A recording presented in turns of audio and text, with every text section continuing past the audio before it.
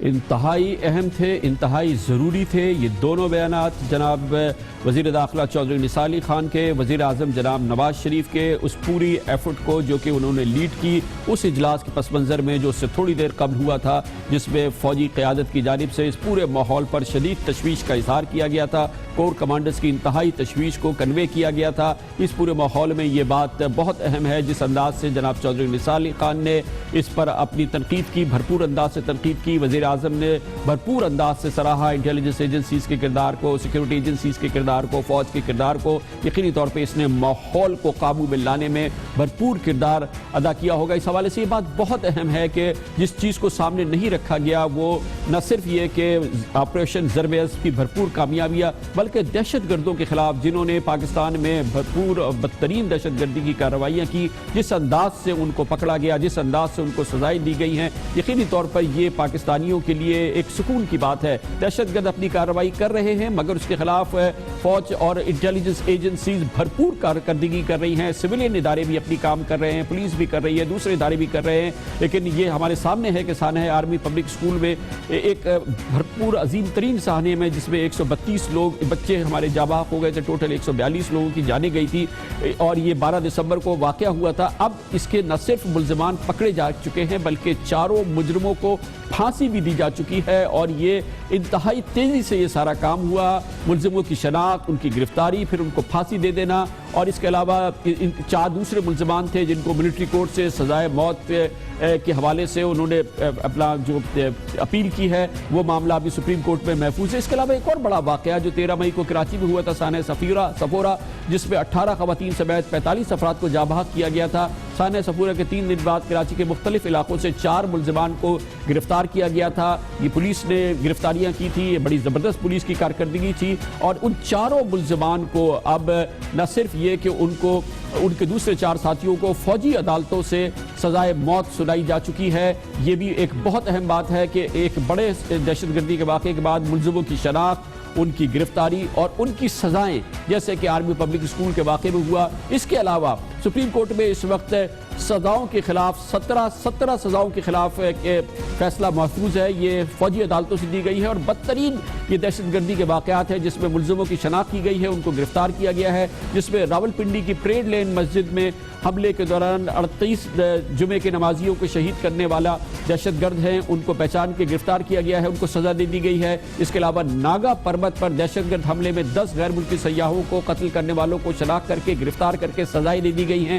سبین محمود کو قتل کرنے والے مجرمان کو اور بنو جیل توڑنے والے مجرمان کو، سیدو شریف ایئرپورٹ پر حملے کرنے والے مجرمان کو، ISI ہیڈ کوارٹرز ملتان پر حملہ کرنے والے مجرمان کو اور پولیو ٹیوبز پر حملہ کرنے والے مجرمان کو گرفتار کیا جا چکا ہے، ان کو سزائیں سنائی جا چکی ہیں۔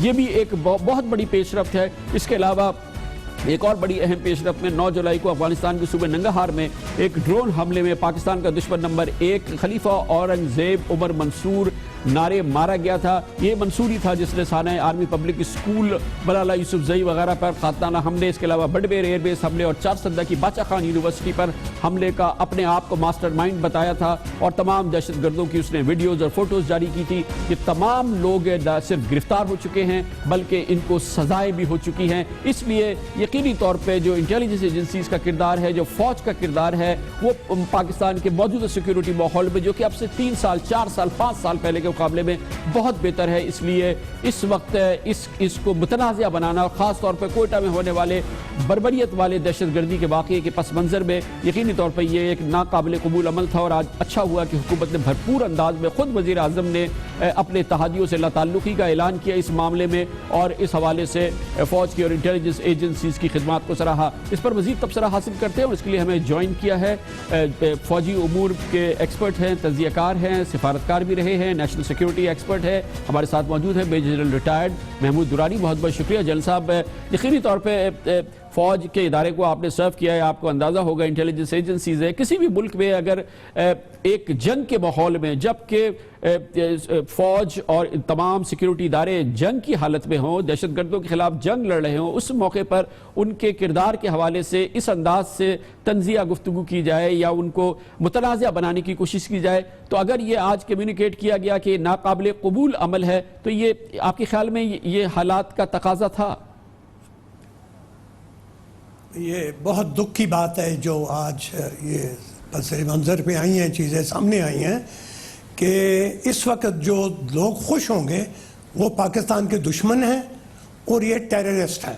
وہ جشن منا رہے ہوں گے کہ پاکستان ایسا ملک ہے کہ جس کے بڑے امپورٹنٹ ہمارے جو سیاسی لیڈر ہیں وہ اپنی ایجنسیاں ان کی ایسی غلط بیانی کر رہے ہیں. میں تو ادھر پنڈی میں رہتا ہوں، تقریباً ہر دوسرے تیسرے دن میں ایک جنازہ اٹینڈ کرتا ہوں جو ہمارا کوئی شہید وہاں سے ان کی لاش آتی ہے، تو وہ تو اپنی قربانیاں دے رہے ہیں اور پورا زور شور سے اپنا کام کر رہے ہیں، ان کو تباہ کر رہے ہیں.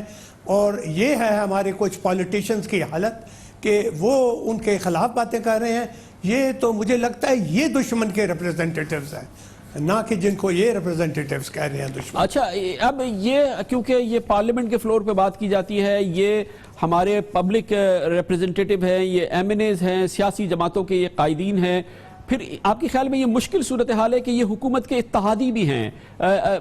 وزیر اعظم نے آج ظاہر ہے کہ ڈسٹنس کیا اور اس میں جو وقت کی ضرورت تھی اس کردار کو ادا کیا. وزیر داخلہ نے بھرپور طریقے سے ترجمانی کی، لیکن اب کیا کرے حکومت اس پورے ماحول میں؟ نہیں، حکومت کے لیے بھی یہ بڑی مشکل پوزیشن ہے کہ ان کے اپنے اتحادی ایسی باتیں کر رہے ہیں اور ان کا کردار دیکھیں ہمارے سے چھپا نہیں ہوا.